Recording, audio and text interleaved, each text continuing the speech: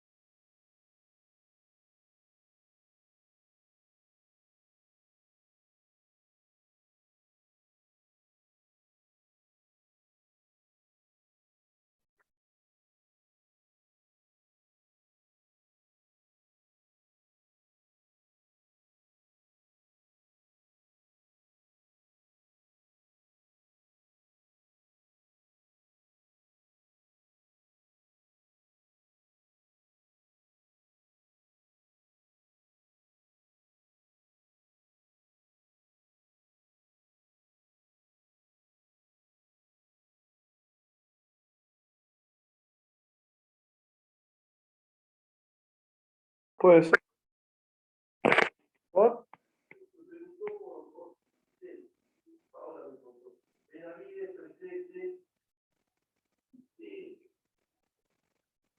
Pero uno solo el tema, ¿no?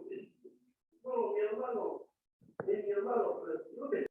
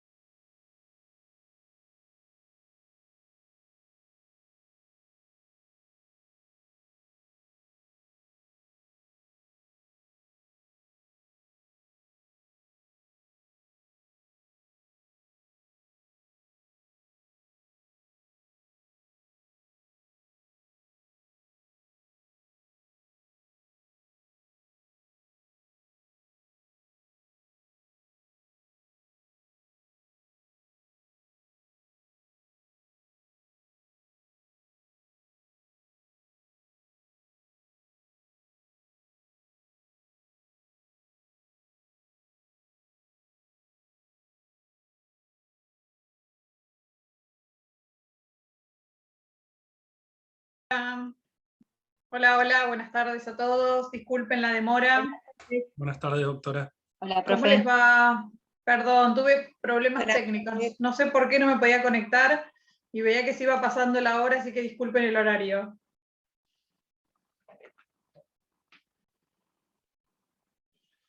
Bueno, ¿todo bien? Estimo que sí. Bien, todo bien. Bueno, me alegro. Bueno, ahí está, me acomodo un poquito ahí. Bueno, si todo está como habíamos acordado, hoy es la última clase que compartimos juntos, vamos a terminar la unidad temática número 1 con las cuestiones que nos quedaron pendientes de la última clase, y ya a partir de la próxima clase, que es el martes que viene, creo que se queda a cargo el doctor Guillermo Verdi, así que van a estar más que bien asesorados y capacitados con el adjunto. Yo los acompañé este tramito, estas pequeñas clases, y bueno, ya ahora me tengo que dedicar a otra cosa, así que bueno, los voy a abandonar, pero van a quedar en las mejores manos, claramente. Así que bueno, vamos a ir al tema que nos convoca ahora, que la idea es terminar unidad temática número 1 con el tema del protocolo de justicia 2020, que es lo que habíamos quedado en la clase pasada. Nos faltaba ver la estructura de las últimas 2 audiencias. Y de paso vamos a ir ya haciendo hincapié y relacionándolo con uno de los temas que vamos a empezar a ver hoy, que teníamos asignado los días martes, que es de la unidad temática número 8, prueba pericial. Después también está la prueba de reconocimiento judicial, pero ya no la vamos a llegar a ver, vamos a tratar de avanzar a todo lo que más podamos en prueba pericial, no sé hasta dónde llegaremos, así que bueno, la idea es aprovechar que estamos viendo la actuación de la parte probatoria en el protocolo de justicia 2020, y ya que estamos vamos a hacer hincapié en la prueba que después vamos a entrar a analizar con más detenimiento. Así que voy a compartir la pantalla, voy a poner el Power, a algunos se los compartí ya, a otros no me lo pidieron, así que no, y hoy agregué un poquito lo de la unidad número 8, así que si alguien lo necesita, me lo pide por mail y se lo paso. Déjenme un segundo que ubico más o menos hasta dónde habíamos llegado en la clase pasada.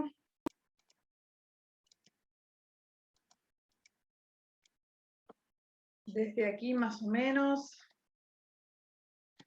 habíamos hablado del protocolo de justicia 2020, todo esto fue lo que conversamos, cómo se estructura este protocolo, cómo combina con el Código Procesal Civil y Comercial, que en definitiva es el código que estudiamos y es el que rige nuestra materia y lo que tenemos el modo en que vamos a ir actuando en las diferentes etapas procesales, y ustedes ya han comenzado con los otros docentes a estudiar cómo es el circuito de los diferentes procesos.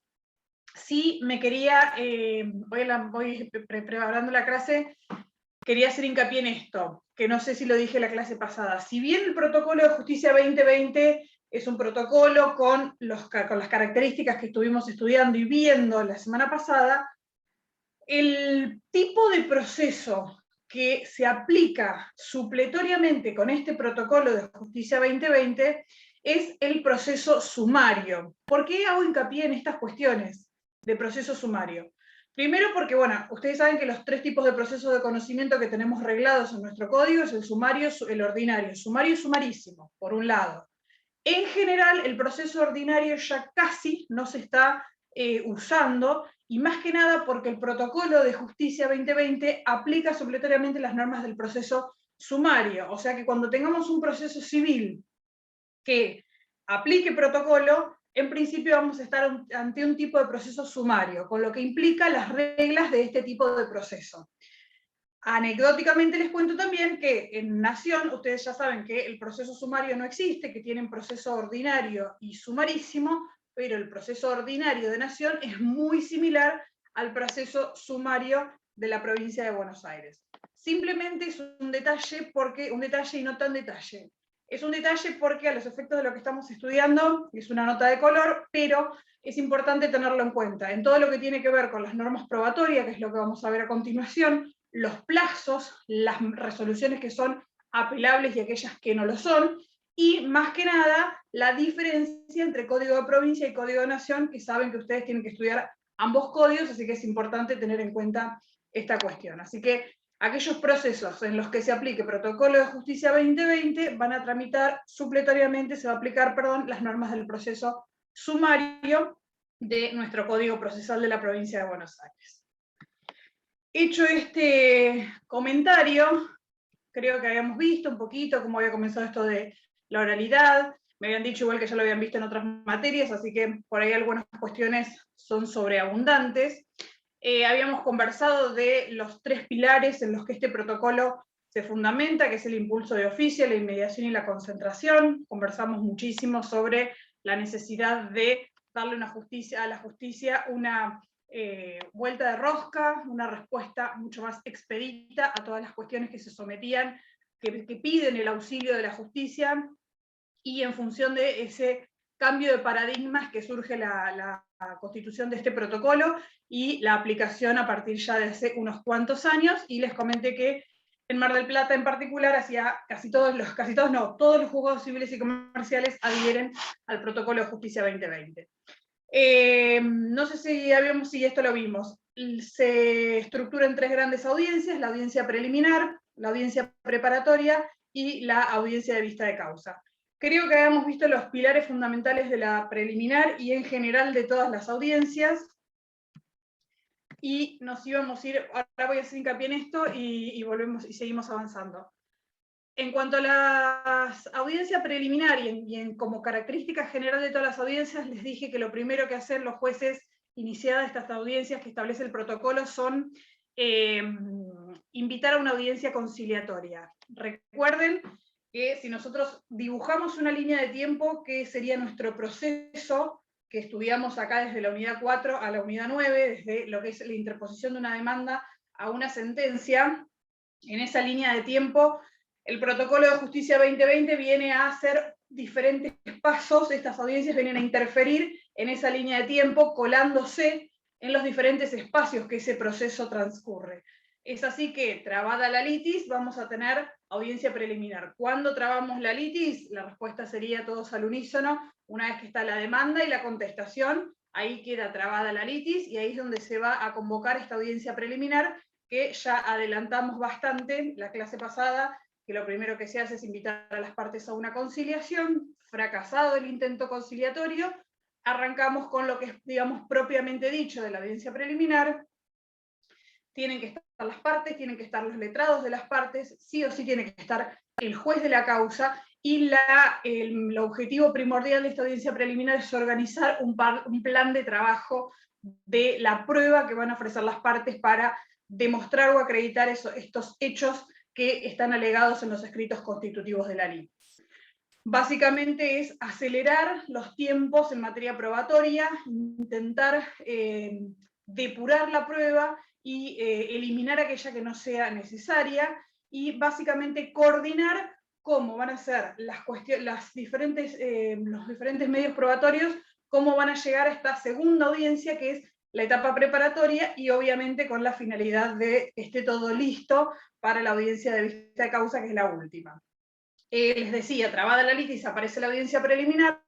Ya en la etapa probatoria aparece esta audiencia de preparación, que ahora la vamos a ver, y antes del dictado de la sentencia es donde vamos a tener incorporada la audiencia de vista de la causa. Es la última que se toma como paso previo al dictado de la sentencia. ¿Qué me interesa destacar de esta audiencia preliminar en función de lo que vamos a ver en un ratito sobre la prueba pericial? Este punto que dice 1.6, coordinar y gestionar la prueba pericial.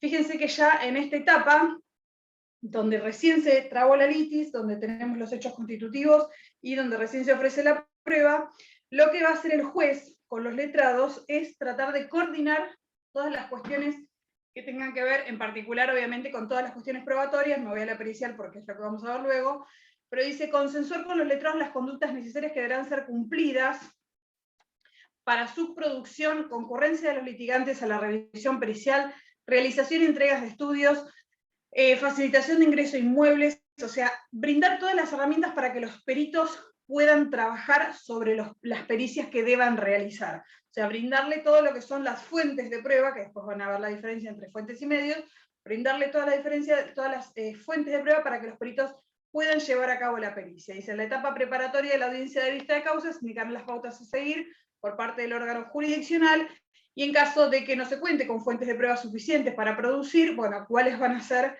las que se tengan que llevar a cabo. Todo esto, fíjense que ya se empieza a programar en la audiencia preliminar que establece este protocolo con respecto a la prueba pericial.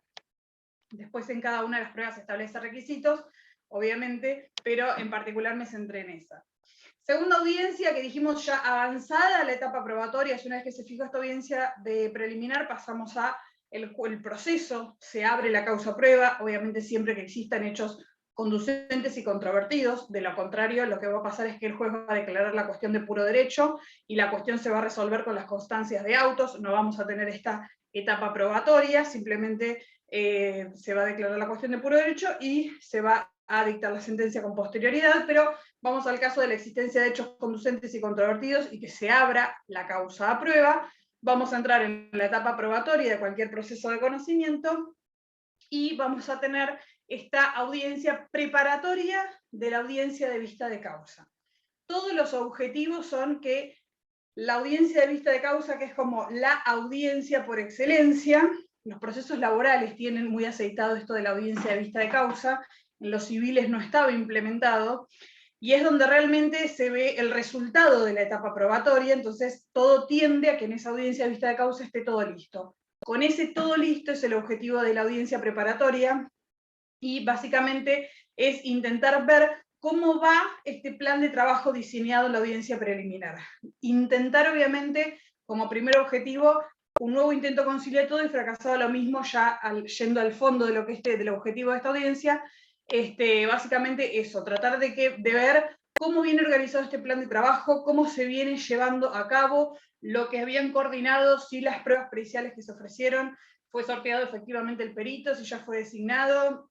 Fíjense que en cuanto a la prueba pericial, acá en el 2.1 dice, de manera inmediata, una vez concluida la audiencia preliminar, el juez debe deliberar el requerimiento de la Cámara. Ahora vamos a ver cómo es que todo esto sucede.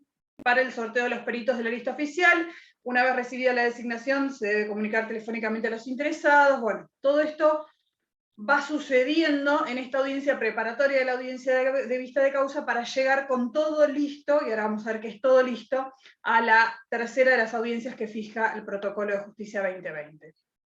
Sigo avanzando porque me dijeron que esto ya lo habían visto, entonces voy más rápido para que después nos adentremos en la parte de prueba pericial.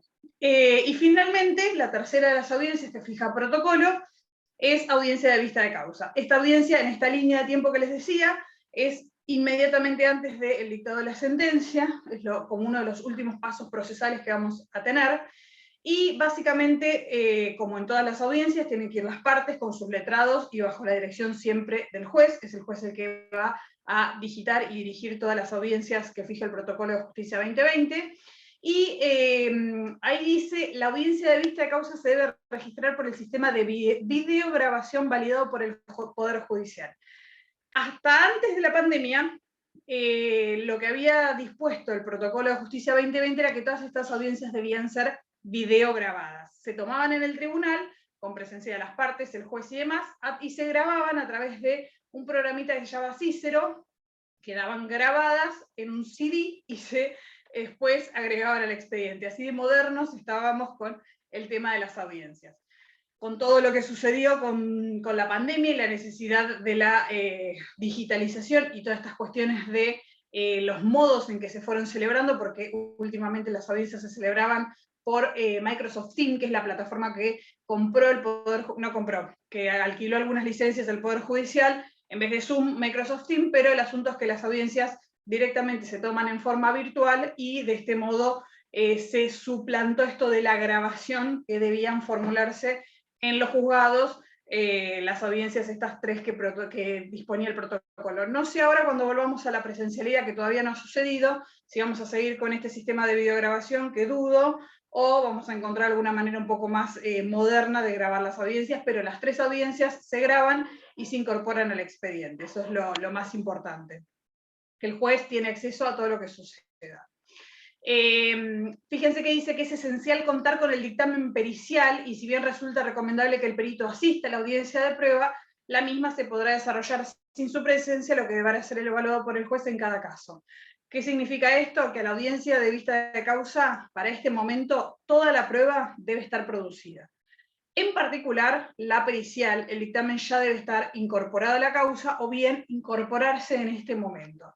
Y puede suceder, si ya se incorpora con anterioridad, que el perito sea citado a la audiencia de vista de causa y se le puedan pedir explicaciones, que ahora vamos a ver cómo se formula eso, o bien que se le pida una ampliación del informe pericial que presentó, pero lo importante es que la prueba pericial tiene que estar, o sea, el informe pericial de ese perito, a esta altura de las circunstancias ya tiene que estar producida. Digo que es lo más relevante de la audiencia de vista de causa, esto de el hecho de que las pruebas a este momento del proceso tengan que estar listas, que ya la etapa probatoria tiene que haberse cerrado y tenemos que estar en condiciones de avanzar en el proceso hacia el dictado de una sentencia definitiva.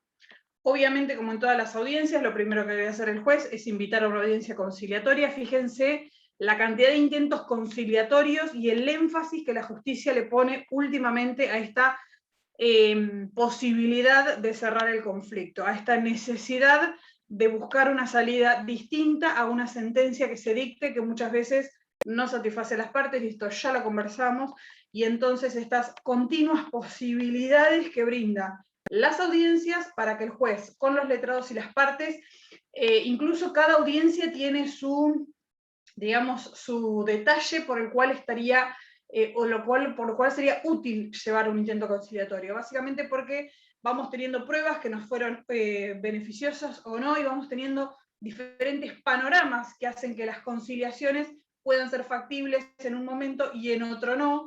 Entonces, la justicia insiste en estos intentos por lo menos conciliatorios. Si fracasan los mismos, vamos, digamos, a lo que la audiencia establece, pero siempre un primer intento conciliatorio.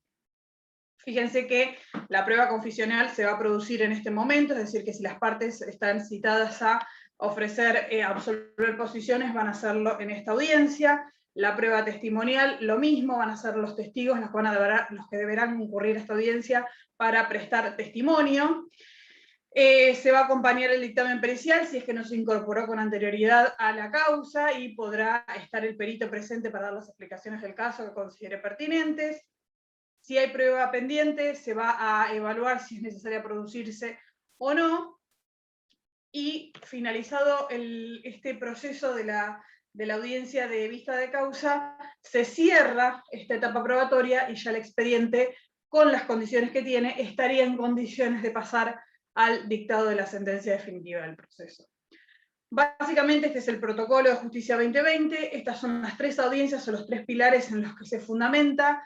El hincapié está puesto en la cuestión probatoria, en organizar un plan de trabajo, en chequear cómo se va llevando a cabo ese plan, y en una audiencia de vista de causa con casi toda la prueba producida, completa y lista para que el proceso cierre, que es donde más se advertía la falta o la pérdida de tiempo de los procesos. Entonces la idea es centrar todo ahí para que cerrar los procesos y se avance rápido hacia el dictado de una sentencia. Sistema de presentaciones electrónicas. Este es el último puntito que hay en el programa.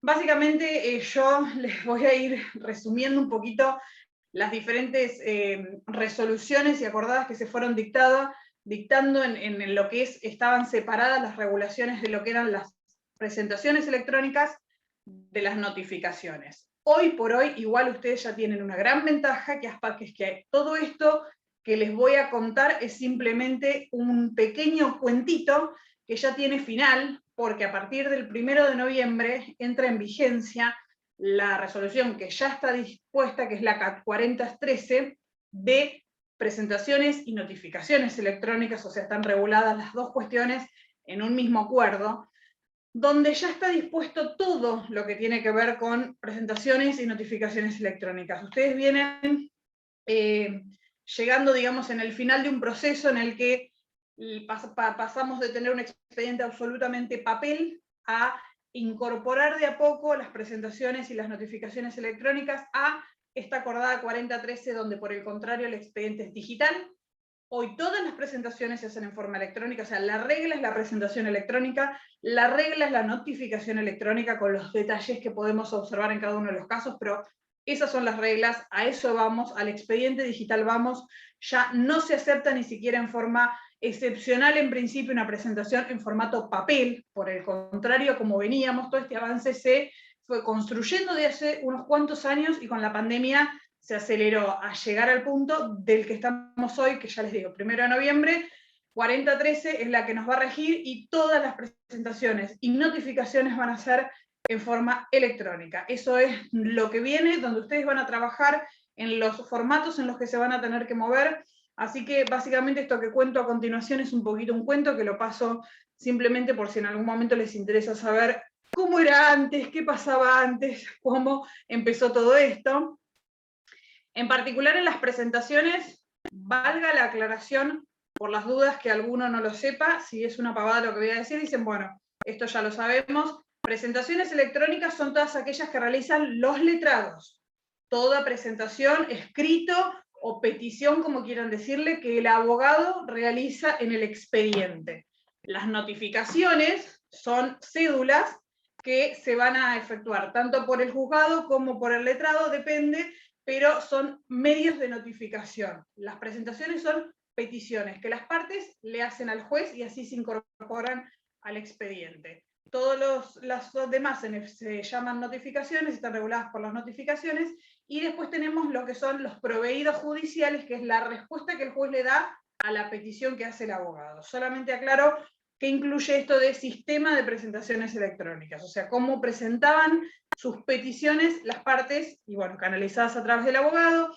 Acordada 1827 del 2012, fíjense cuánto hace que ya en la provincia de Buenos Aires se está intentando trabajar en este proceso de presentaciones electrónicas. Se aprobó el reglamento de las presentaciones electrónicas y se regulaba una prueba piloto a partir de la creación del portal web, que ahora lo vamos a mirar, de la página de la Suprema Corte, donde empezaban a hacerse presentaciones en formato digital que los juzgados tenían que confrontar. Confrontar significa que la presentación la hace el letrado y el juzgado controla, y si está correcta, o sea, ese confronte es ese control que hace el juzgado sobre la presentación que hace el abogado. Si está ok, le daba el trámite correspondiente. Después, en el 2016, se dictó, perdón, la 1647, también de a poquito todo esto fue viendo cómo iban coexistiendo las notificaciones y las presentaciones con formato papel, hasta tanto llegar a la actualidad. Ahí hay dos grandes fallos que dictó la Suprema Corte de 2017, que son Carnevale y Nardacchione. Básicamente la Corte siempre con tendencia a hacer avanzar y a cómo iba a irse regulando toda esta cuestión de las presentaciones electrónicas. Acordada 3842 del 2017, acá se hizo una convocatoria para considerar que todos aquellos escritos que eran de mero trámite podían ser hechos en forma electrónica, y los que no iban a tener que ser presentados en formato papel, y se hizo esta consulta a los letrados a ver cuáles escritos consideraban que debían ser presentados en formato papel por su importancia y excedían de lo que se consideraba el mero trámite. Fíjense que ahí habla del artículo 56, inciso C, de la 5177, porque el problema con el que nos encontrábamos constantemente era cómo el abogado, que era letrado patrocinante, ejercía o podía utilizar esta presentación electrónica. Básicamente eso hoy ya se superó. Los letrados patrocinantes pueden hacer todo tipo de presentaciones electrónicas, todo queda en poder del abogado, los mandatos o las ratificaciones, y en caso de ser requeridas, los abogados los deben presentar. Pero en esta etapa del proceso todavía estábamos tratando de ver qué se presentaba en formato papel, qué se presentaba en formato digital, y en esta resolución lo que se dispuso es: escritos de mero trámite se presentan en forma electrónica, todo lo demás se tiene que presentar en formato papel. 2017. Acordada 3886 del 2018, ya nos vamos acercando a casi la situación que tenemos en la actualidad. Hay un nuevo reglamento y ya se fueron derogando las presentaciones, las resoluciones anteriores. El nuevo reglamento de escritos judiciales, ya esto 2020, fíjense, de la que es la 3975, que deroga la 2514. Esto es importante que lo tengan en cuenta. ¿En dónde? Cuando vean, bueno, en realidad en todo lo que es la parte de escritos postulatorios del proceso y escritos en general, en la unidad 4 de demanda, contestación, siempre los formatos que tenían que tener los escritos judiciales estaban regulados en la resolución 25, en el acuerdo, perdón, 2514, y ojo, porque muchos códigos de procedimiento siguen teniendo ese acuerdo. De hecho, mi código de procedimiento, que es 2020, sigue teniendo la 2514, que es del año 93, que dice normas sobre escritos y expedientes judiciales. Está modificado en el 2010, pero esta acordada 2514, que regula la letra, las características que tienen que tener el escrito judicial, formato, márgenes y todas esas cuestiones de forma de los escritos, que estaban regulados en la 2514, quedaron derogados por la acordada 3975, que en realidad lo que ahora digita son todos los formatos de los escritos digitales. Todos los escritos ahora son digitales y la 3975 nos dice qué formato tiene que tener. Incluso fíjense que en general no tiene grandes diferencias con la 2514, pero sí, yo acá consigné de que sí, todo escrito judicial siempre debe tener, toda presentación, perdón, debe consignar nombres y apellidos, tanto del abogado como de las partes, teléfono celular de contacto. Esto es una incorporación absolutamente nueva de la 3975, antes claramente los teléfonos celulares no existían y no teníamos la obligación de consignarlo en un escrito judicial. Con todo esto de la pandemia y la necesidad de estar constantemente en contacto, de acercar de algún modo la justicia a las partes, porque los juzgados muchas veces no tenían empleados en forma presencial, porque todo era digital y había que buscar la manera de contactarse y conectarse lo más fácil posible. La acordada 3975, que lo instaló y vino para quedarse esta cuestión, porque aparte funciona sumamente bien y es muy útil, obliga a los letrados a denunciar su teléfono celular, un teléfono celular, no su teléfono celular, pueden tener un teléfono celular de contacto laboral, que sí tiene que estar denunciado en los escritos judiciales y facilita muchísimo la dinámica desde tribunales hacia los abogados, sumándole a todos los escritos la condición impositiva, los datos de inscripción de matrícula profesional, la carátula del número de expediente, todos estos detalles la 2514 ya los consignaba, pero todo lo que tiene que ver con las cuestiones digitales y la inclusión del teléfono celular viene siendo la novedad del acuerdo 3975. Así que en forma, digamos, en lo que tiene que ver a las formas de las presentaciones digitales, la 3975, fundamental, fíjense que es de abril del 2020, y deroga el acuerdo 2514. Me parece sumamente relevante. El mismo historial se sucedió con las notificaciones electrónicas. Fíjense que teníamos el acuerdo, el reglamento 3845 del 2017, después se dio el 3889 del 2020, que es el registro de domicilios electrónicos.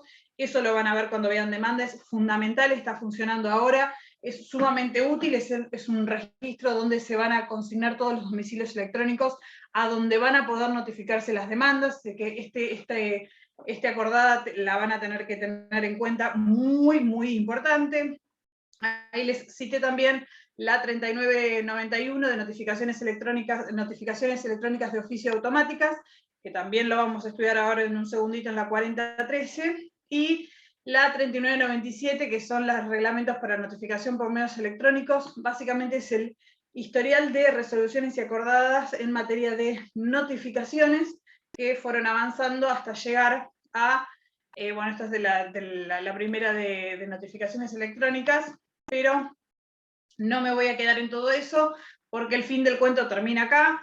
Acuerdo 4013, nuevo reglamento para las presentaciones y notificaciones electrónicas. Esto es lo que tienen que saber, estudiar y manejar hoy por hoy como si fuera el ABC del Código de Procedimientos, básicamente porque comienza a regir 1 de noviembre, o sea que ustedes van a estar ejerciendo la abogacía con esta resolución en funcionamiento, y porque es lo que a partir de ahora debe aplicarse en todo lo que tiene que ver con presentaciones y notificaciones. Después mírenla, el anexo de este 4013 tiene toda la parte de presentaciones y toda la parte correspondiente a notificaciones, y fíjense que los acuerdos 3845, que era de notificaciones electrónicas, y el 3886, que era de presentaciones, quedan derogados por el acuerdo 4013. Así que, para resumir un poco la historia de notificaciones y presentaciones electrónicas, nos vamos acá con el acuerdo 4013, que hoy por hoy nos regula y nos rige y nos va a decir qué es lo que tenemos que hacer en materia de presentaciones y notificaciones. Tengan en cuenta, antes de irme ya a lo último de esto, el 3975, que va a estar siempre vigente porque combina con, o nos da las directivas, lo que es la forma de los escritos judiciales, derogando el acuerdo 2514, y no pierdan de vista el 3979 que les cité recién, de registro, el 3889, perdón, de registro de domicilios electrónicos, porque también es una de las grandes novedades que nos dejó la pandemia, y a los efectos de las notificaciones funciona muchísimo, y el 4013 de hecho hace algunos ajustes a este 3889. Fíjense que todo esto es 2020-2021, sumamente nuevito. Yo acá puse algunas cosas, la más relevante que me parecía a los efectos de lo que estamos estudiando en este punto, que es la obligación de efectuar presentaciones electrónicas. Se los adelanté de antemano, ustedes llegan con el final de la historia. Hace 2 años era impensable que todas las presentaciones, o que la regla sea que todas las presentaciones sean electrónicas, porque era todo lo contrario, todo era papel, y algunas cosas eran en forma electrónica. Pandemia de por medio, no sé si le damos las gracias o la bienvenida, pero todas las presentaciones son digitales, nuestro expediente es digital, y la regla es que todo debe hacerse en formato digital, el papel ya no funciona más. Así que básicamente es el artículo primero de la 4013, y en ese camino es hacia donde tenemos que dirigirnos. Ahí yo puse el artículo 3 que dice: presentaciones en papel, los órganos judiciales no recibirán escritos en soporte papel, con excepción de los supuestos previstos en las normas reglamentarias emanadas por la Corte Suprema de Justicia. Fíjense hasta dónde hemos llegado, que de lo que era la regla se volvió absolutamente la excepción, y como regla no se reciben escritos papel en los tribunales de la provincia de Buenos Aires. Siempre hay excepciones, siempre hay cuestiones que se van sobrellevando sobre la marcha. Nos ha pasado que se ha caído el sistema, que no han podido presentar en forma digital los escritos, y siempre, obviamente, en pos del derecho de defensa en juicio y del acceso a la justicia, se busca la manera, y si no hay otra opción, se podría llegar a recibir un escrito en formato papel, pero básicamente ya lo dice la resolución, no se recibirán escritos en este formato, así que todo es digital.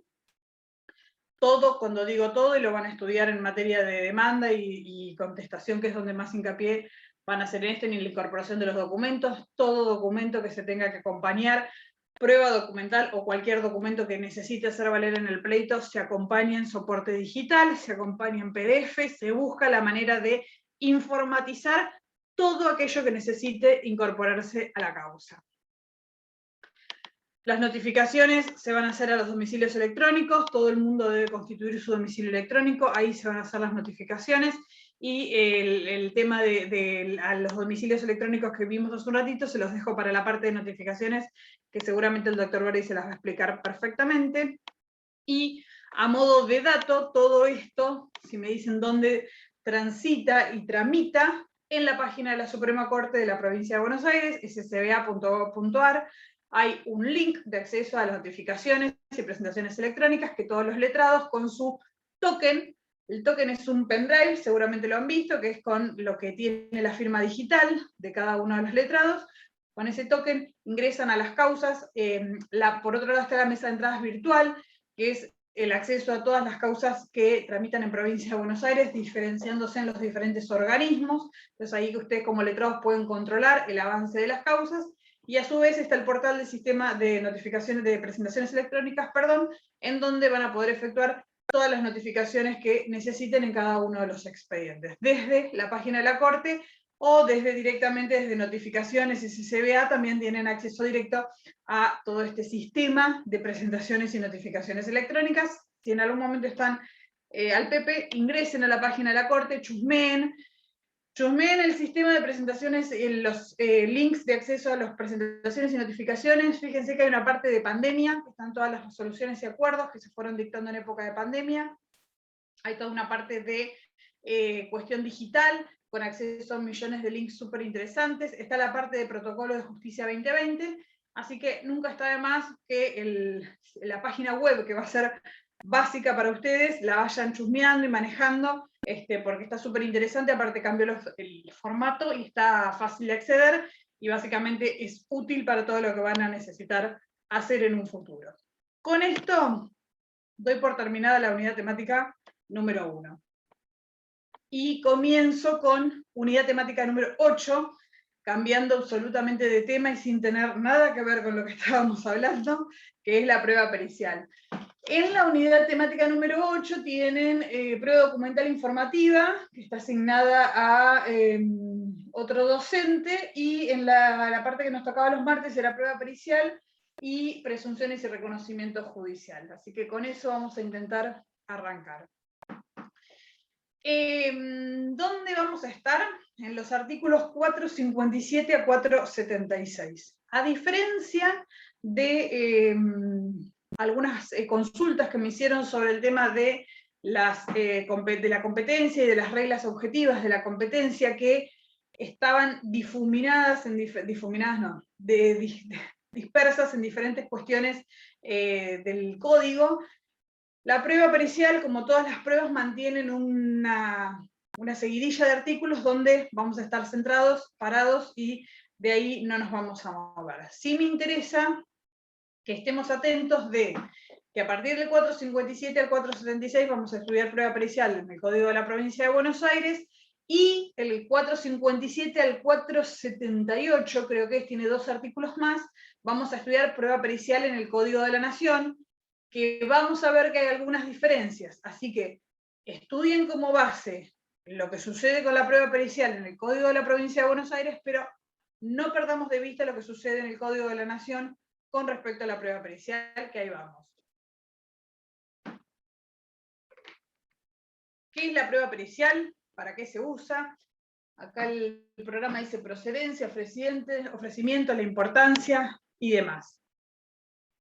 Antes de arrancar, ¿alguien tiene alguna pregunta sobre lo que vimos de la unidad 1? ¿O voy con esto y cualquier cosa al final me frenan?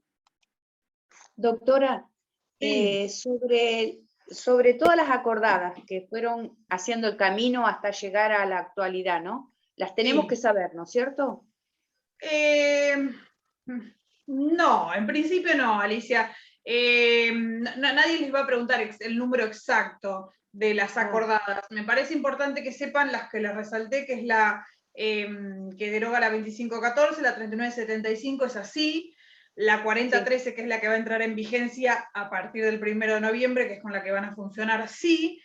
Y si después en el camino van leyendo algunas que les resultan relevantes y se van acordando, está bien. Sí. Básicamente me parece que nadie les va a preguntar las acordadas y ese camino que se fue sucediendo. Sepan lo que fue pasando, sepan cómo fuimos del cambio radical del papel al electrónico. Pero no, Alicia, no hace falta que sepan en particular la seguidilla de acordadas que se fueron sucediendo. En particular cada una.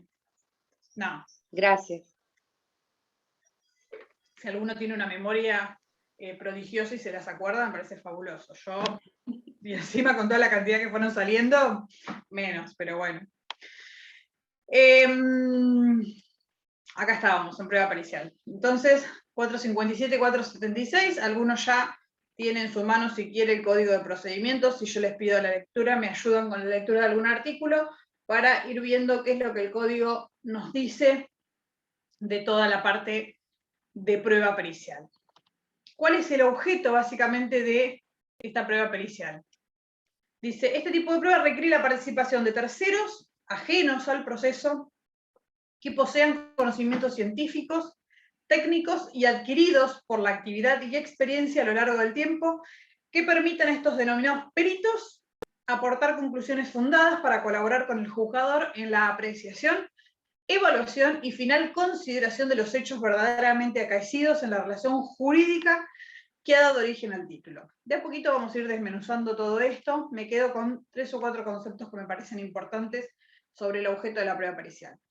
Básicamente vamos a tener terceros ajenos al proceso, es decir, que además de las partes y del juez, cuando invoquemos o ofrezcamos una prueba pericial y así se acepte por el juez y sea necesario producirla, va a venir un tercero que por sus conocimientos científicos, técnicos, por la experiencia y la actividad que realiza, está en condiciones de brindarnos un fundamento fundado, valga la redundancia, un dictamen final firme y fundado sobre las cuestiones probatorias que van a ser sometidas a su consideración. Básicamente tiene que ser imparcial, y ahora vamos a ver las características y los detalles de las características del título profesional habilitante que tiene que tener este tercero imparcial para ser considerado perito y cómo va a funcionar. Pero básicamente esta prueba es eso, es participación de un tercero al generar el proceso que por sus saberes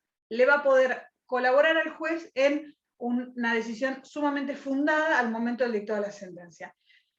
Los jueces no pueden saber de todos los temas que se someten a consideración de sus sentencias, necesitan ayuda, y en esta ayuda es que se produce esta prueba para justamente tratar de que las sentencias sean fundadas en lo que los expertos les colaboran en aquellos conocimientos que no tienen los jueces. Y si los tuviesen, porque alguna vez uno puede decir, pero un juez puede saber sobre esa cuestión, tampoco podría el juez resolver sobre esos saberes, porque el juez claramente tiene que ser imparcial, podría considerarse prejuzgamiento si un juez se expide sobre algún medio probatorio, sobre alguna cuestión probatoria, porque sabe sobre el tema. Básicamente, el juez no puede expedirse sobre un medio probatorio que ofrecen una u otra parte, tiene que ser este tercero imparcial quien colabore con su saber a los fines de la resolución del litigio. Procedencia de la prueba pericial lo dispone el 457 del Código de la Provincia, y el 457 en esto son el mismo contenido, el 457 de Nación, coinciden, y dice que le advertimos que la procedencia y puesta en práctica de esta prueba se torna admisible y necesaria cuando para el esclarecimiento de los hechos litigiosos y controvertidos que conllevan, junto a otros medios probatorios, a resolver la cuestión de fondo, objeto del debate judicial, requieren la opinión de terceros que no son partes, que aporten conclusiones específicas y concretas, esto lo acabamos de decir, como resultado de sus conocimientos particulares propios de una ciencia, arte, industria, profesión o técnica especializada. Todo lo que acabamos de explicar lo dispone el 457 del Código de Procedimientos y tiene por finalidad incorporar, que acabamos de decirlo, el conocimiento del juez o del tribunal que interviene, una opinión fundada emitida por un experto que el magistrado no tiene el deber de conocer.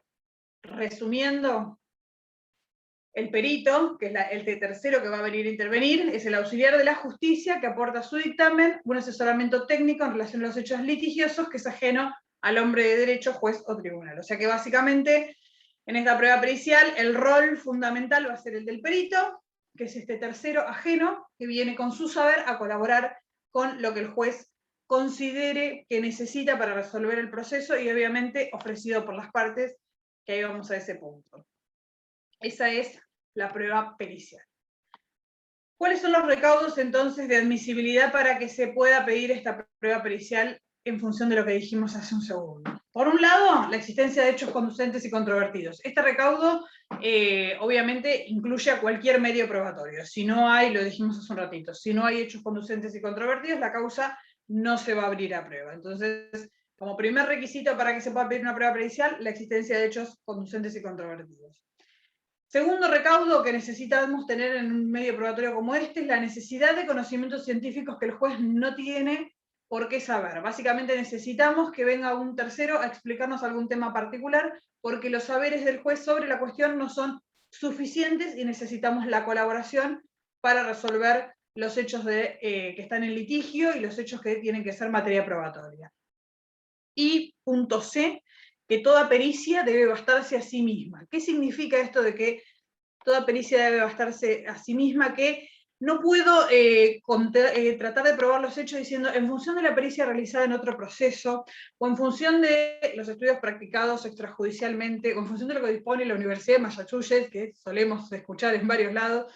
Esas cuestiones no pueden claramente apoyar una prueba que se ofrece en un proceso. Las pruebas tienen que estar fundadas en el medio probatorio, que va a ser la prueba pericial en este caso, y tiene que estar claramente destinado a fundar este caso particular, este hecho particular, y esa pericia debe autoabastecerse, o debe bastarse a sí misma, que es lo mismo. Entonces son como tres recaudos generales, en general de las cuestiones probatorias y en particular de la prueba pericial. Existencia de hechos conducentes y controvertidos, la necesidad de conocimientos científicos que vengan a decirle al juez, señor juez, pasan estas cuestiones, se explica de este modo una dinámica de un accidente vehicular, que puede ser un perito mecánico, o en una mala praxis médica, un médico que explique las circunstancias en las que se dio una operación, y en función de eso, la problemática que puede haber surgido, cualquier cuestión que necesitemos de este tercero auxiliar de la justicia.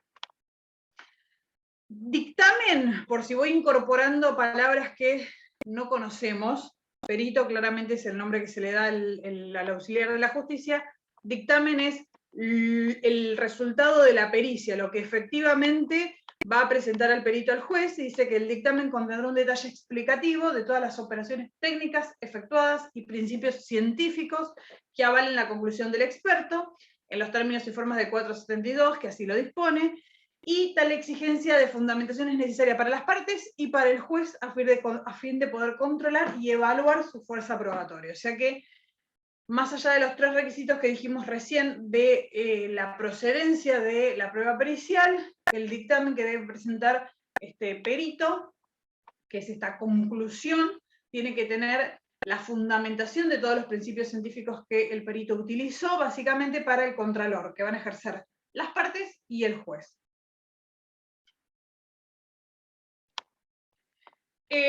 Prueba pericial admite que los peritos pueden ser, ahora vamos a cómo se van a designar.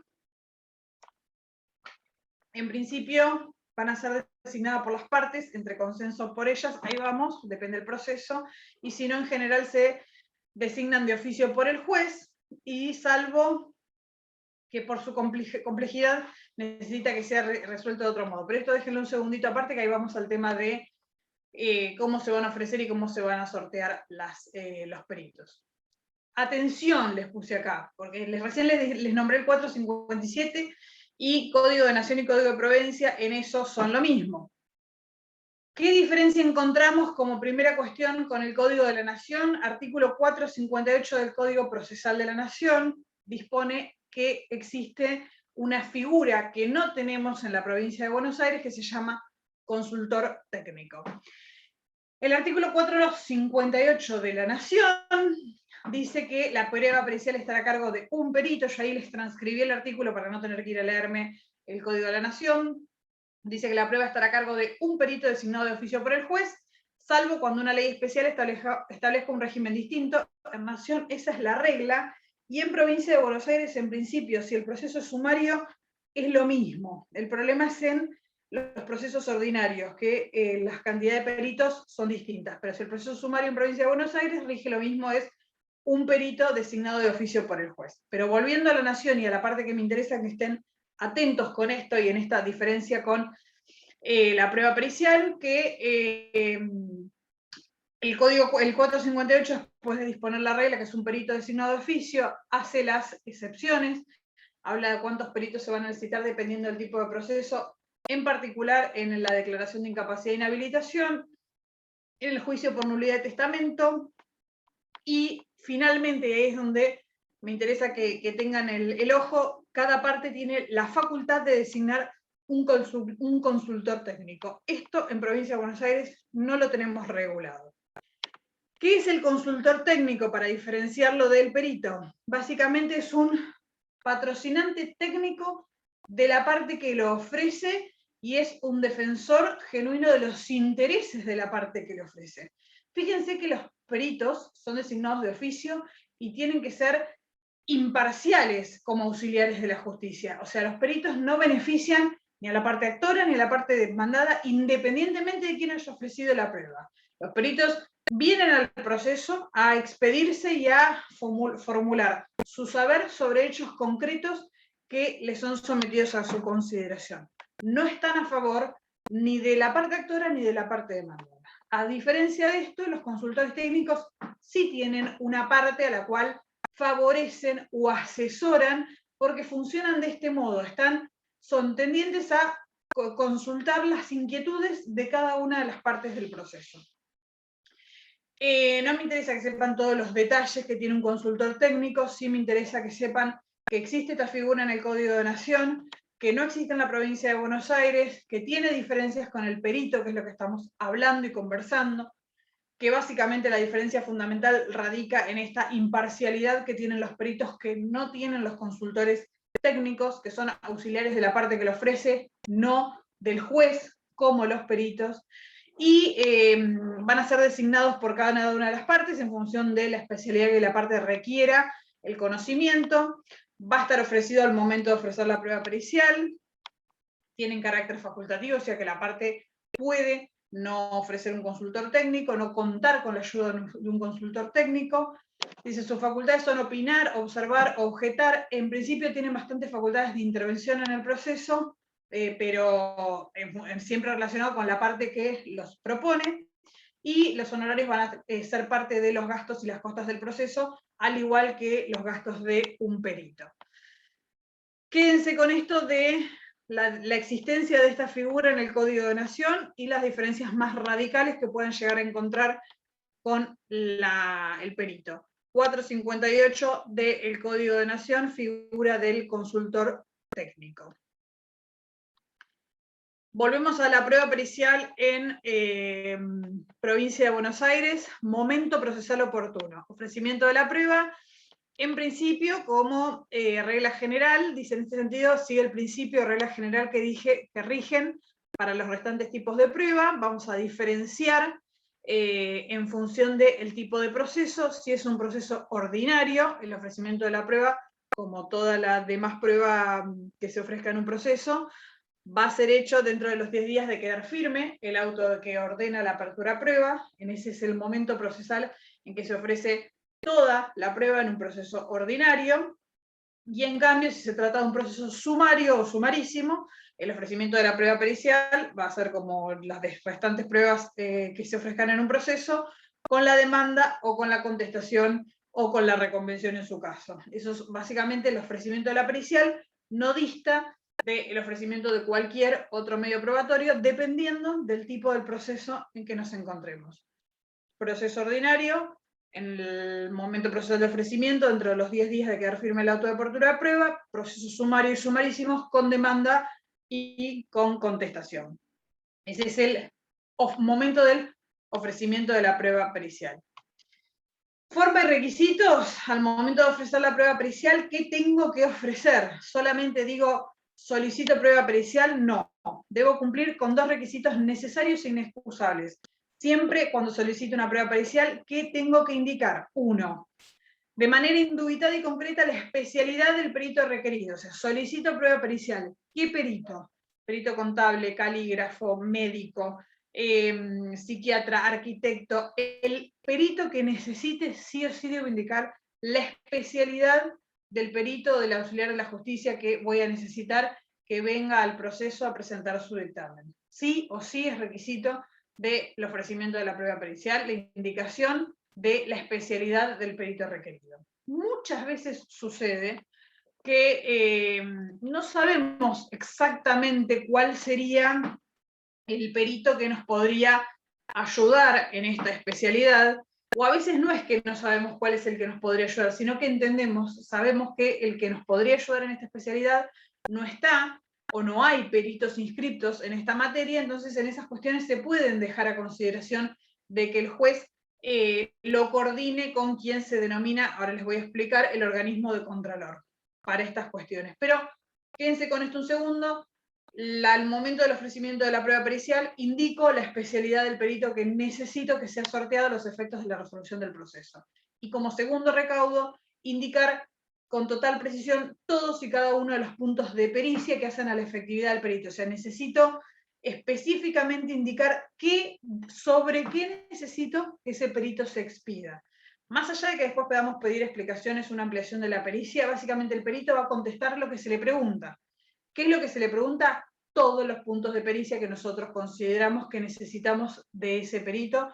Por eso es el auxilio que vamos a pedirle. Justamente es el fundamento de la pericia o del dictamen, van a ser la respuesta a cada uno de los puntos de pericia que nosotros como letrados pongamos a consideración. Entonces es fundamental al momento del ofrecimiento de esta prueba estos 2 requisitos, la especialidad y los puntos de pericia. No podemos olvidar estas cuestiones al momento de ofrecer la prueba pericial. Antes de ir a lo del tema de la especialidad técnica, les quería hacer este comentario. Departamento Judicial Mar del Plata, los peritos están nucleados y se inscriben, en principio se inscriben en aquellos colegios que tienen si tienen colegiación, los peritos se inscriben en sus colegios y después envían todos sus formularios a lo que se denomina el organismo de contralor. La Cámara de Apelaciones Civil y Comercial de Mar del Plata es el organismo encargado del organismo de Contralor, valga la redundancia. O sea, es el organismo donde se nuclean todos los peritos, donde están todos los listados de peritos existentes en el Departamento Judicial de Mar del Plata y en otros departamentos judiciales, y cada vez que se solicite en algún expediente del Departamento Judicial de Mar del Plata que se desinsacule, desinsacular es el término que se utiliza para pedir que se sortee un perito de la lista oficial. O sea, organismo de Contralor tiene los listados con todos los profesionales que están inscritos en el Poder Judicial de Mar del Plata, en el Departamento Judicial de Mar del Plata, perdón, siempre y cuando tengan los requisitos cumplidos para ser perito. No solo es suficiente tener un título profesional habilitante, que es lo que vamos a ver, que es la especialidad técnica que cada individuo tiene, sino que además hay que hacer un pequeño curso de derecho procesal para que justamente sepan cómo se deben acercar al proceso, cuáles son las características que un proceso judicial tiene. O sea, un médico no tiene por qué saber cómo se le notifica una sentencia, cómo presentar un dictamen, todas esas cuestiones. Entonces se recanalizan a través de un curso de capacitación. Entonces las diferentes especialidades se capacitan en mini procesos, tienen como una capacitación de derecho procesal, recién ahí tienen esas condiciones para inscribirse en los listados oficiales, y una vez que están constituidos esos listados oficiales es donde todos los juzgados a donde se les solicita la desinsaculación de un perito envían al organismo de Contralor de la Cámara de Apelaciones Civil y Comercial el sorteo de la especialidad requerida. La Cámara sortea, entonces se hace automático, y más hoy todo de forma digital. Se envía una presentación electrónica a la Cámara electrónicamente sortea un perito, le devuelve el sorteo al juzgado, el juzgado electrónicamente notifica al profesional que tiene que presentarse a aceptar el cargo y con posterioridad presentar un dictamen pericial en determinada causa. ¿Qué les iba a decir?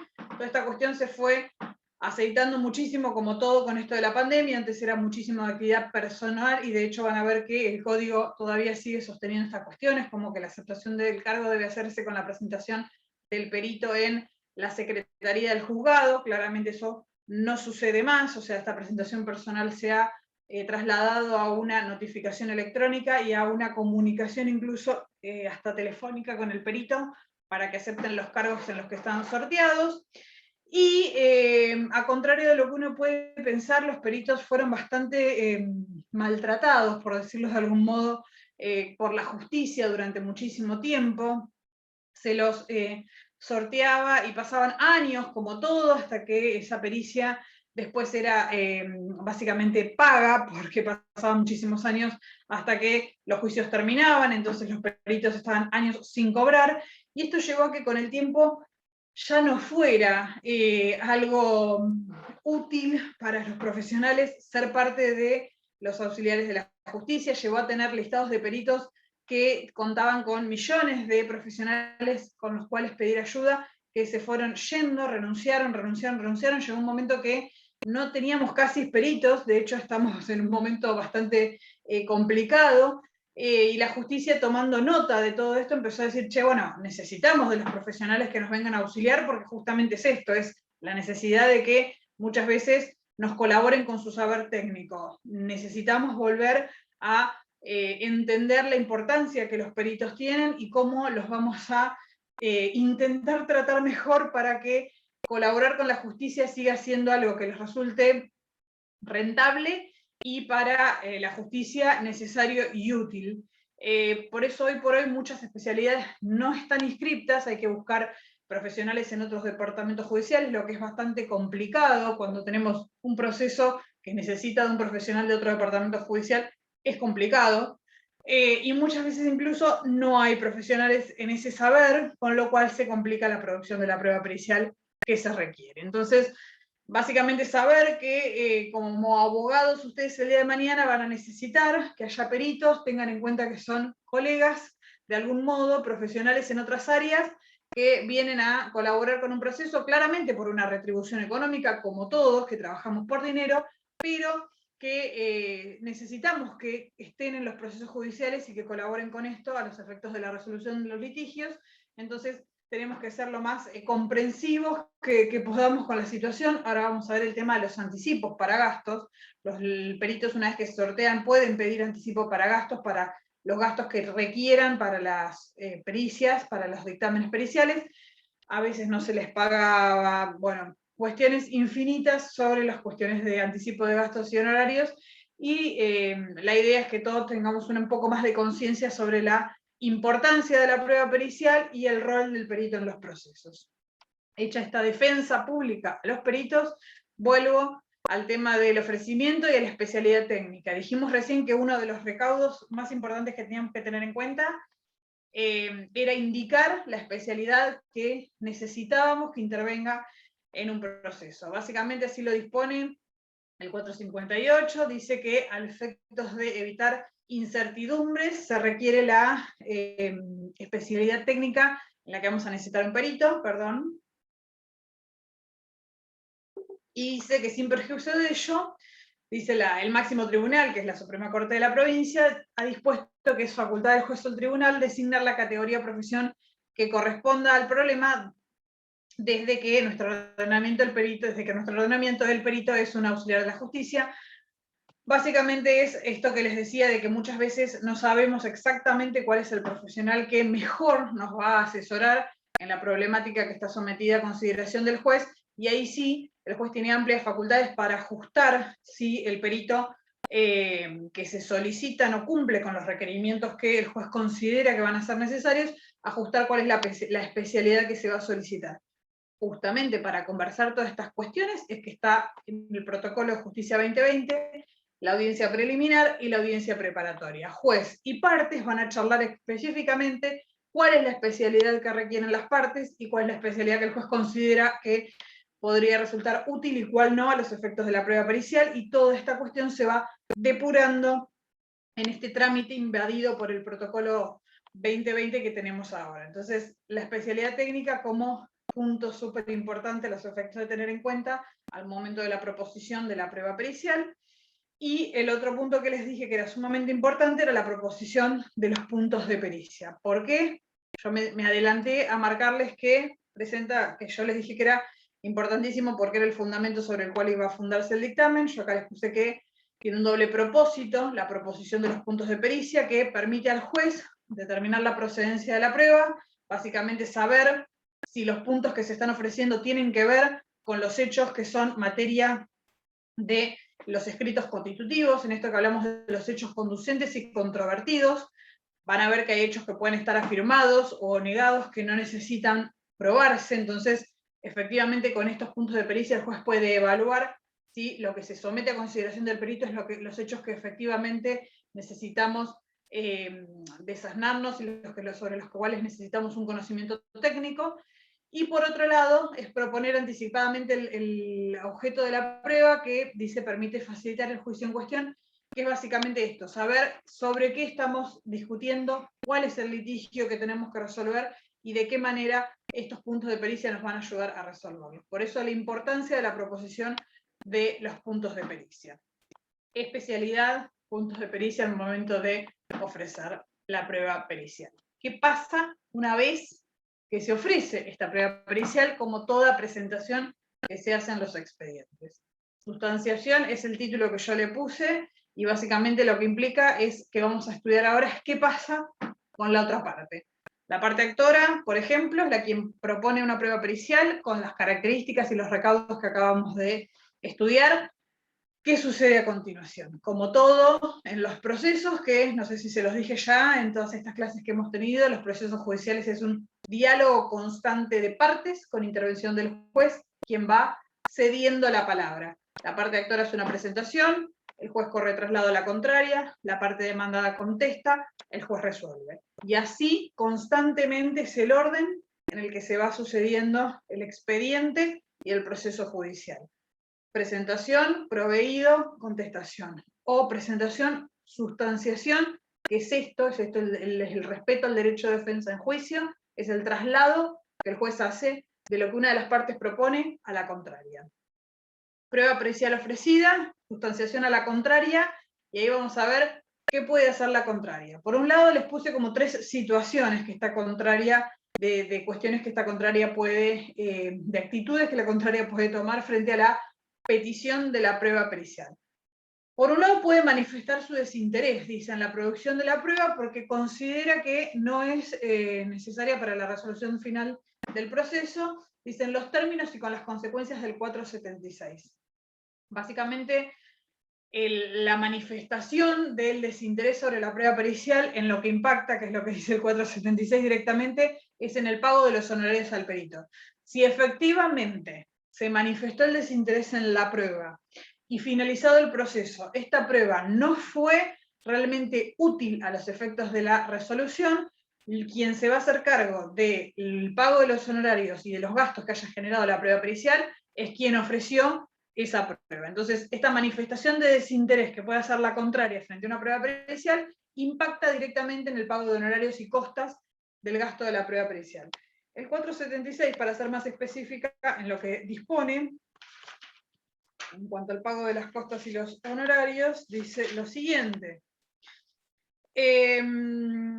Dice, cargo de los gastos y los honorarios, dice que si alguna de las partes al contestar la vista, a la que se refiere el 458, hubiese manifestado no tener interés en la pericia, absteniéndose por tal razón de participar en ella, los gastos y honorarios de los peritos serán a cargo de quien la solicitó, excepto cuando aquello hubiese sido necesaria para la solución del pleito, circunstancia esta que se señalará en la sentencia. Básicamente, les repito, si la parte contraria manifiesta desinterés, lo que pasa en forma directa, proporcional, es que no va a hacerse cargo de los gastos que genere esa pericia, salvo que ese dictamen hubiese sido absolutamente necesario para la solución del litigio. Segunda postura que puede tomar esta parte contraria a quien ofreció la prueba pericial es oponerse total o parcialmente a los puntos de pericia fundando su oposición. Básicamente, después a los efectos de las costas y de los honorarios también va a impactar, pero en principio a los puntos que tiene que resolver cada uno de los peritos. Y como tercera opción es proponer nuevos puntos de pericia, o sea, además de los ofrecidos por la parte que solicitó la prueba pericial, puede proponer puntos nuevos, y en este caso se va a dar una nueva sustanciación a quien ofreció la prueba para que esté al tanto de los puntos que se incorporarían a la prueba pericial. Tres actitudes entonces: manifestar desinterés, 476, oponerse a los puntos de pericia, en alguna parte, en algunos puntos o en otros, que en ese caso después el juez va a resolver si están bien, son correctas las oposiciones o no, previo a que el perito tenga que dictaminar. Y otra cuestión es proponer nuevos puntos de pericias en función de las consideraciones que quieran hacer, en cuyo caso se va a dar un nuevo traslado a quien ofreció la prueba. Nombramiento del perito, y con esto ya vamos a terminar, así no los agoto más, artículo 459, y en esto es lo que yo les hablaba hoy del tema del proceso ordinario y el proceso sumario. Este nombramiento de perito y la designación que se va a dar en función de estos incisos que ahora vamos a leer, es el proceso que se seguiría en un proceso ordinario. En un proceso sumario, y como dijimos hace un rato, y como regla general, es un perito que se sortea de oficio por el juez. En el 80% de los casos así funciona el ofrecimiento de una prueba pericial y cómo se ejecuta. O sea, se ofrece el perito y el juez, obviamente desde la lista oficial de peritos que existen, se hace un sorteo automático y se designa a quién va a intervenir en la causa.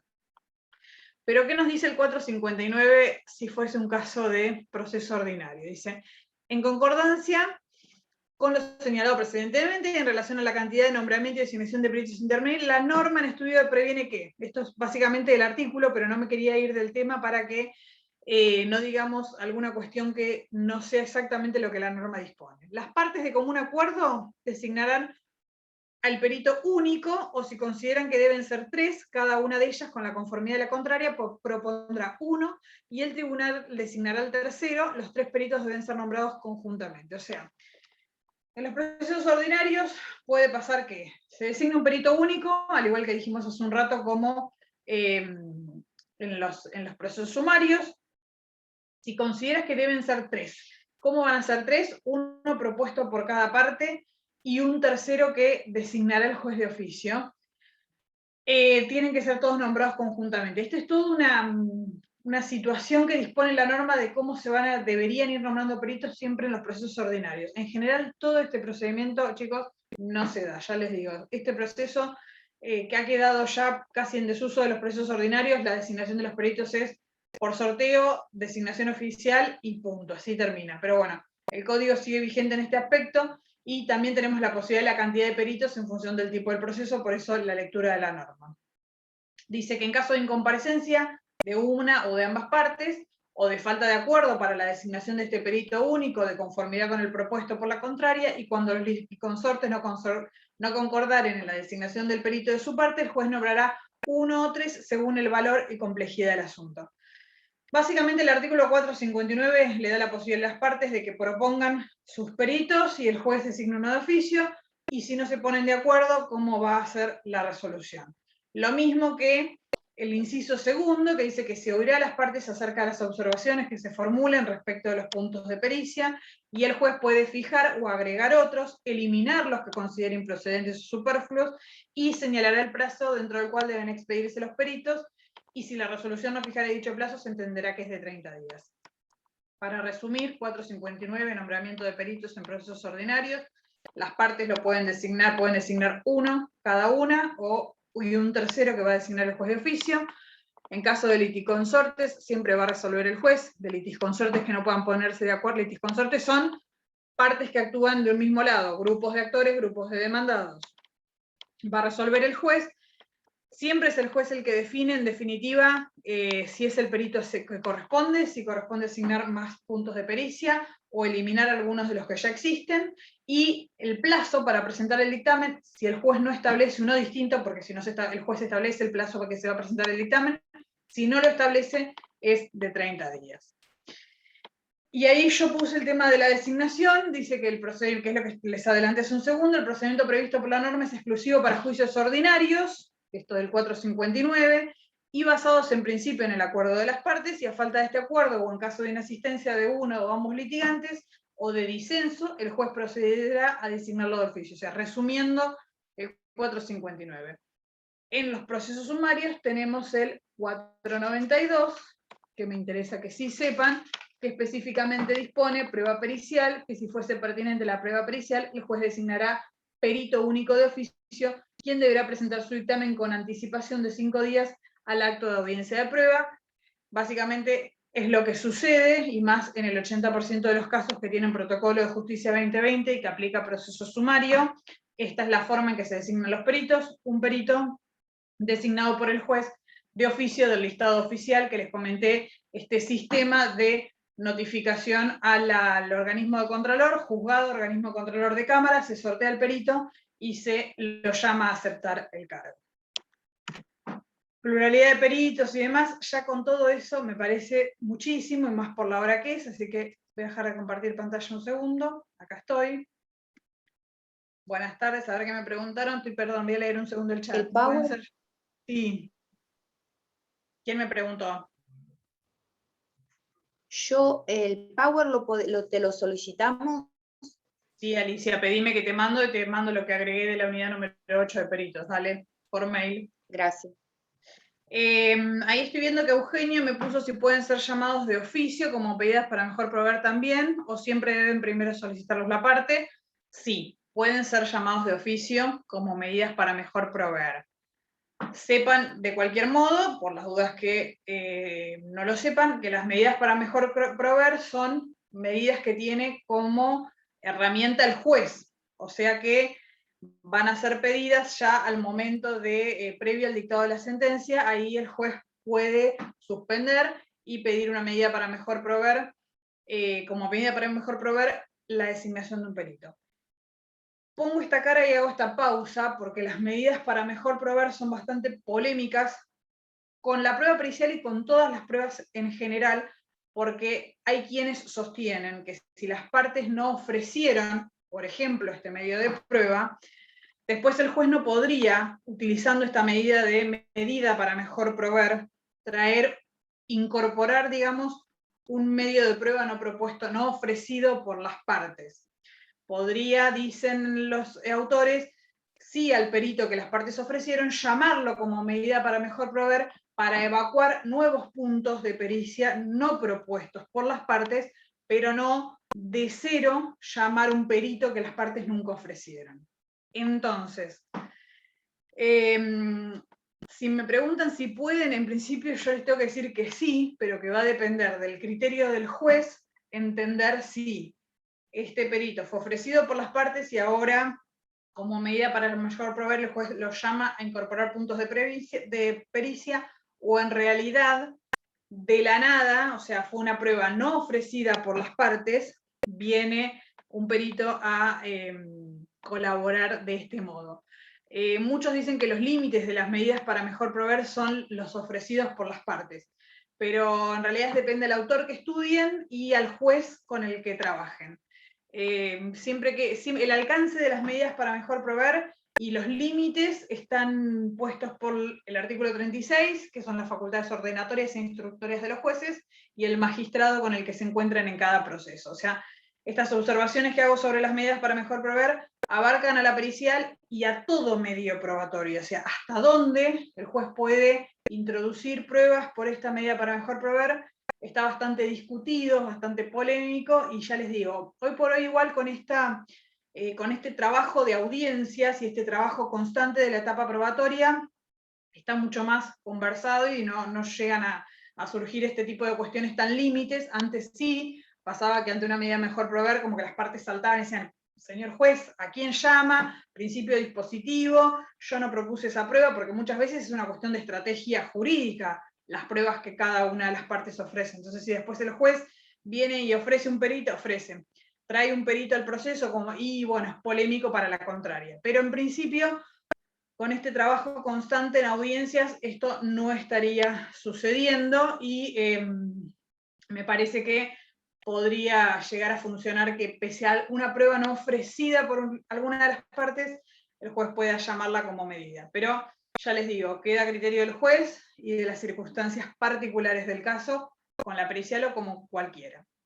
Tengan en cuenta, a modo general también, para el estudio de todas estas unidades, en particular la prueba pericial, así como les hice este detalle del 458 del consultor técnico en Nación, hagan una lectura cuando estudien cualquiera de los temas a consecuencia de la lectura del Código de Provincia, hagan la lectura del Código de Nación. En general, los artículos son casi todos similares y no tenemos grandes diferencias, pero si existen diferencias como lo del consultor técnico, necesitan saberlo. El titular hace hincapié en estas cuestiones del Código de Nación, así que estén atentos si existen algunas diferencias. A veces los docentes suelen marcarlos, yo en general soy una de las que suelo marcar las diferencias, pero tal vez hay otros colegas que estamos acostumbrados al manejo del Código de la Provincia y por ahí no hacemos la mención en el Código de Nación. Incluso por ahí se los doy como tarea de ustedes de decir, Victoria va a dar pericial, hago una lectura rápida del Código de Nación, y si Victoria no menciona nada del Código de Nación y yo advertí alguna cosa,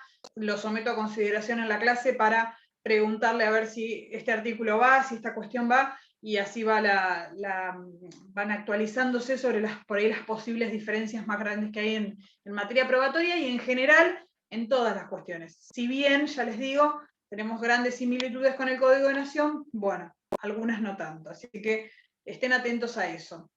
No es la prueba pericial la van a terminar a ver con el doctor Verdi, yo les voy a informar hasta dónde llegamos, pero no es una prueba que demande demasiada complejidad, sí es muy útil en el ejercicio profesional, así que es importante saber cómo funciona para ver qué herramientas tenemos como abogados de una de las partes que van a intervenir en un proceso y cuánto nos va a ayudar esta prueba a la resolución final del litigio. Dicho esto, les deseo el mejor de los éxitos en el final de este cuatrimestre. Creo que no nos vamos a volver a ver, no sé cómo irá mi baby, si estaré en condiciones de volver a dar alguna clase o de verlos por este medio o por al momento del examen, no lo sé, pero si no lo hago, les deseo el mejor de los éxitos, y que sea con toda la MER, que aprueben, que ya esta materia sea una menos en todas las que tengan que dar con posterioridad. Así que bueno, si no hay consultas... Doctora. Éxitos a vos también. Bueno, creo que yo la tengo más difícil que ustedes, no sé, ¿eh? Gracias, profe, todo lo mejor para usted. Que estén muy bien. Cuídense mucho. Gracias. Estudien. Chao, doctora, muchos éxitos. Nos vemos en algún momento. Que estén muy bien. Buenas noches para todo el Buen mundo. parto, doctora. Muchísimas Gracias. gracias. Buenas Muchísimas noches. gracias. Que estén Gracias, bien. bebé. Cuídense. Bendiciones. Adiós. Gracias. Adiós. Adiós.